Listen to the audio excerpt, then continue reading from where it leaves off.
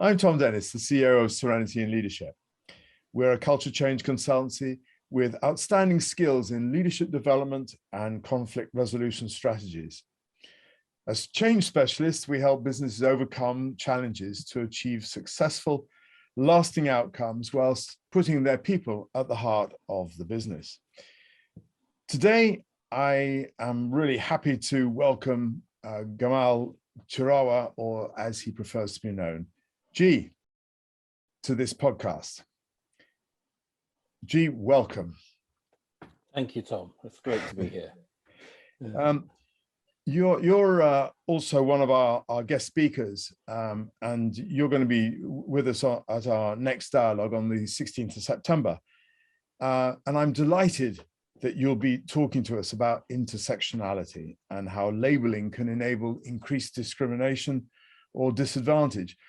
Because this is such an interesting subject, and I know your personal journey is very much at the forefront of this. So, G, before we find out more about how you came to be an internationally acclaimed keynote speaker and facilitator in this field, I think we need to be clear about what exactly does intersectionality mean? Well, I think there's a lot of different ways of looking at it. There's the academic way, but for me, it's the lived experience. It's the point where different parts of your personality collide,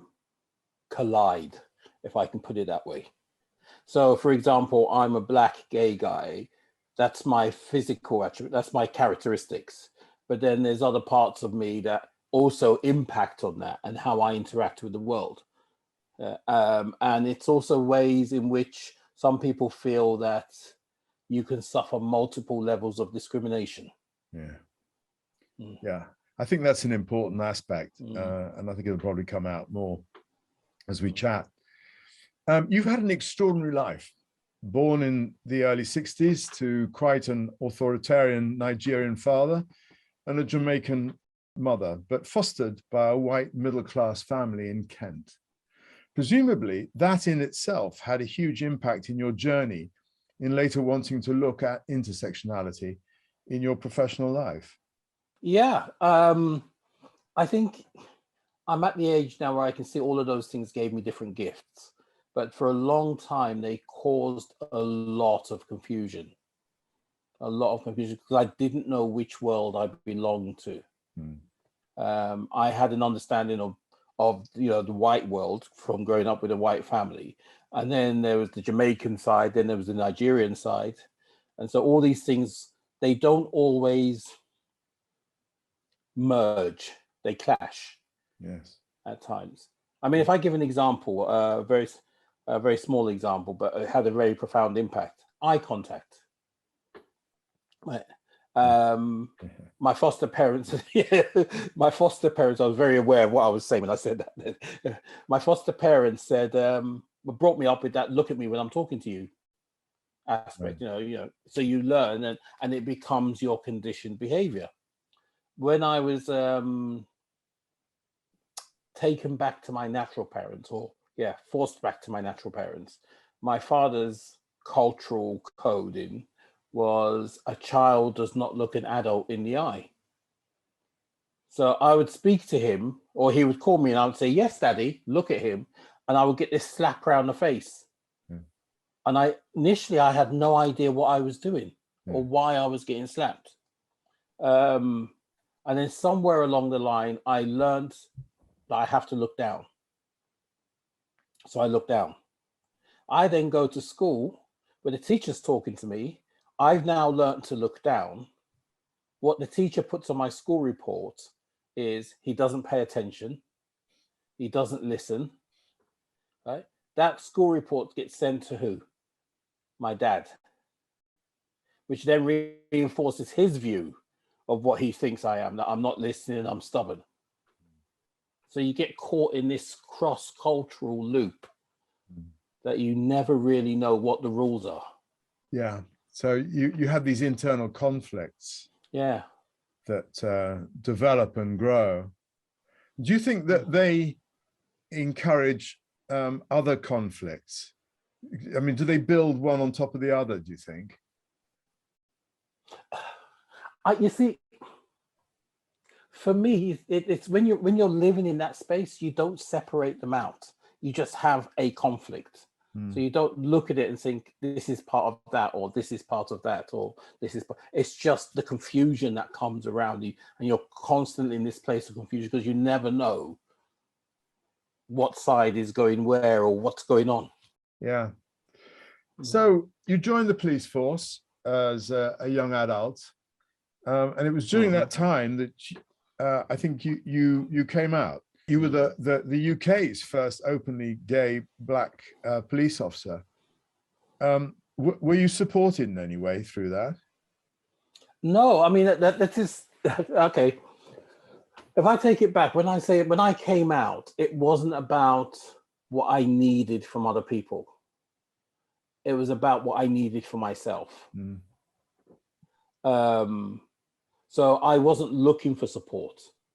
I wasn't looking for understanding. I wasn't looking for, because I looked at it and thought, well, this is not yours, it's mine. That's what coming out into me. I have now owned this. Yeah. It belongs to me. Were there people who were understanding? Yes. In fact, the interesting thing is where I was working in the police at the time was probably the place where most people were understanding. In fact, I can say hand on heart, in all of my time in the police, I never suffered homophobia. I never experienced homophobia.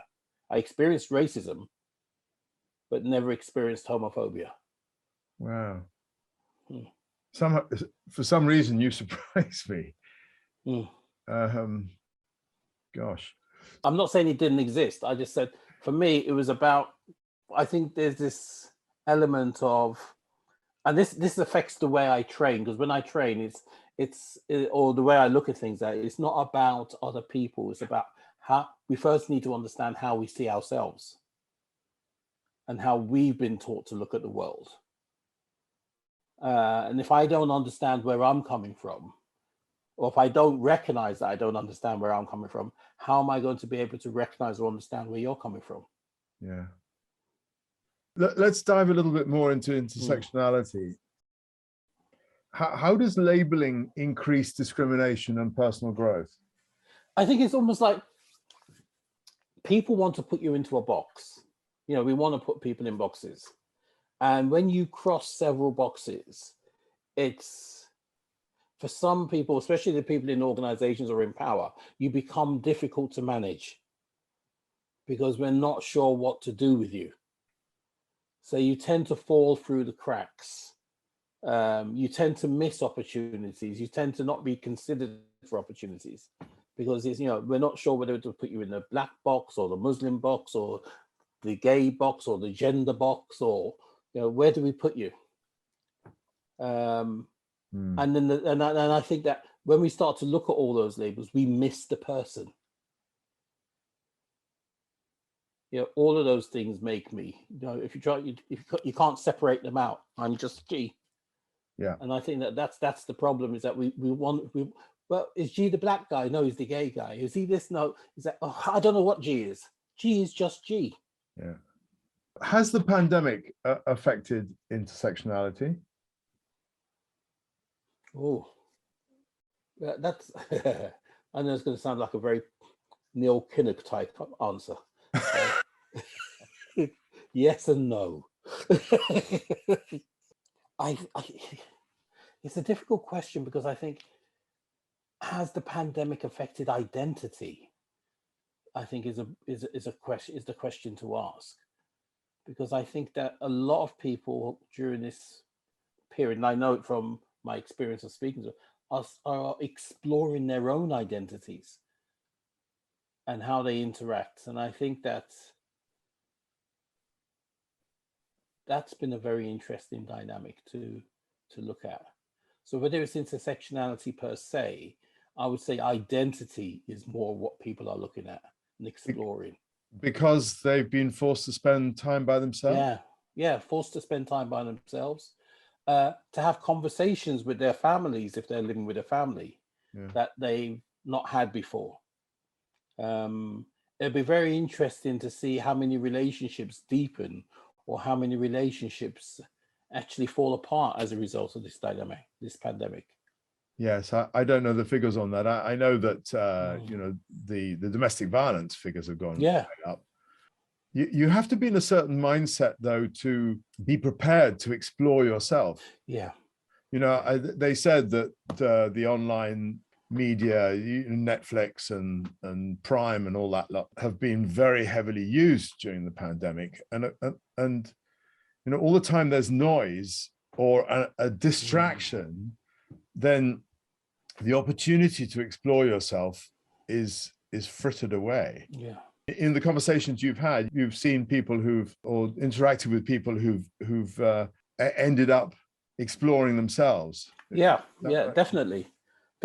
And you know, not just through the pandemic, but through some of the issues that were raised via the pandemic, like with Donald Trump, and the Me Too movement and George Floyd. Right? All of these things cause people to actually say, where do I sit with this? And of course, people to have, you know, I've had such rich conversations with organizations, with people, with individuals, with friends who are still, you know, have now sort of like sat down and said, where does this actually fit? What does this mean to me? Yeah. Which I think is the biggest thing, because a lot of the time before, diversity is about the other. Yes. Yes, I really agree with that. That sort of opens up a whole sort of train of thought there. You know, if people are beginning to explore themselves or face themselves, which I guess is the first step, do you think the help is out there for them, or the support? I don't think there's enough help and support out there. I mean, I've got friends who are counselors, and they are actually overwhelmed at the moment. Especially now, one of the dynamics that I'm aware of through speaking to some of the friends is that Black men are now going to counseling in more numbers than they did before. And I think that whole George Floyd and, you know, the football and all these other issues around race that have come, because race came very much to the fore through this pandemic in various ways. And I think that's had an impact. It did have an impact. I mean, I know for a fact, well, this is for a fact, I had several friends ringing me up after the George Floyd who were too upset. So I set up a Black men's group online, just for people to have that space to say, I don't know what's going on. I don't know. This is, you know, it's not just about George Floyd. You know, when people are insulting the footballers, they're not insulting the footballers because it's Raheem or because it's Marcus. They're insulting them because of their color. And if you're doing that, you're insulting every person of color. So every person of color feels that pain. And if you want to bring the intersectionality part into that, you know, there's that link of sort of like, you know, I could be in that Black space talking about what it's like to feel racism, but at the same time, they become homophobic. And I'm sort of like, okay, you know, especially with some of my Nigerian religious friends, and I'm talking about my experience, is they can talk about the racism, but, you know, we won't talk about the gay issue. Yes. So then it makes you question, where do I belong? Where do I find that space where I fit? Yes. It's other people's suffering that they put onto you. But it's also yourself. You know, all of us like to have that space to say, this is the space I fit in. This is the space or the path I walk. Yeah, if you remember, I mean, in one of our early dialogues, we talked about that under the heading of belonging. Yeah. Everybody has this sort of innate need to belong. Yeah. And it's extraordinary the lengths that people will go to, even to betray themselves in order to find a place where they can feel that they belong, even if actually it's not safe there. I did that in the police. When I first joined the police, in the first couple of weeks at Hendon, the training college, some guys came into my room and said, "You are the wrong color to be in this job." And they held me down and they painted me white with shoe whitener. Yeah. And the thing about that experience is that I allowed them to do it because I wanted to fit in. I wanted to be part of the group. I didn't want to be seen as being on the outside. Yeah, and when you look at that, I've heard people in so many, especially people from minority groups and organizations, where I don't want to rock the boat because I don't want to be seen as a troublemaker. So I will put up with. Tell me, because I had a similar experience when I was young, and the feeling of self-betrayal that I carried with me because I had allowed something to happen, I think has been the source of enormous pain and a kind of warping of my behavior in order to feel safe. Is that something that you resonate with? Not, I did at some point, but I look back on those. I look back on those experiences and I think, okay, I needed to go through them to become who I am today. And that's who I was then, based on the awareness I had then. I'm not that person now. And I tend to look back on those experiences and find the learning. Yes, take a strength from it. In a sense, that's all part of your intersectionality, though, isn't it? Yeah. That's a fragment of who, as you said, it's who you are. It's what's made you who you are. But in terms of intersectionality, that is exactly it, isn't it? It's an aspect of you. Yeah. Yeah. Okay, one last question. Diversity and inclusion are very much at the center of many HR strategies these days. But we all know there's a long way to go. So what are your top 3 tips of how we can do better? Number 1 is always engage in the conversation. Keep the conversations flowing. Courageous conversations, allow space. I think that's the most important one. Because so many times I think we get stuck in this is what I think is right, rather than are we right? The second one is, it's not about solutions, it's about progression. And it's when people say, well, tell us what we need to do, and we're doing it. So yeah, but I could tell you what you need to do, but by tomorrow something could come up and that would all go out the window.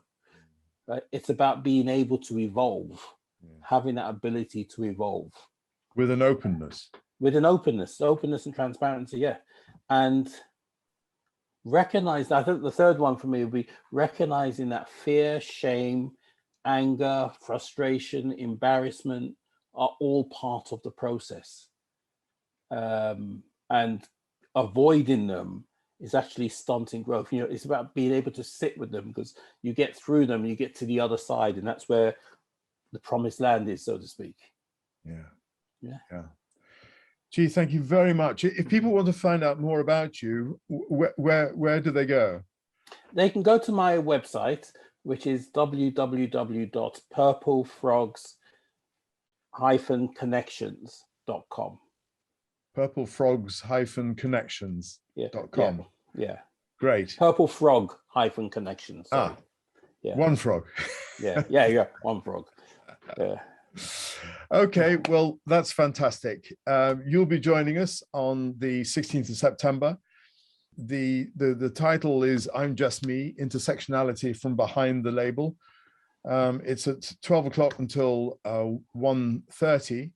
And for all those out there who would be interested, please go to the link at Eventbrite, and we're really looking forward to seeing you. And we're really looking forward to hearing what you've got to say, G. Thank you very, very much indeed. Thank you.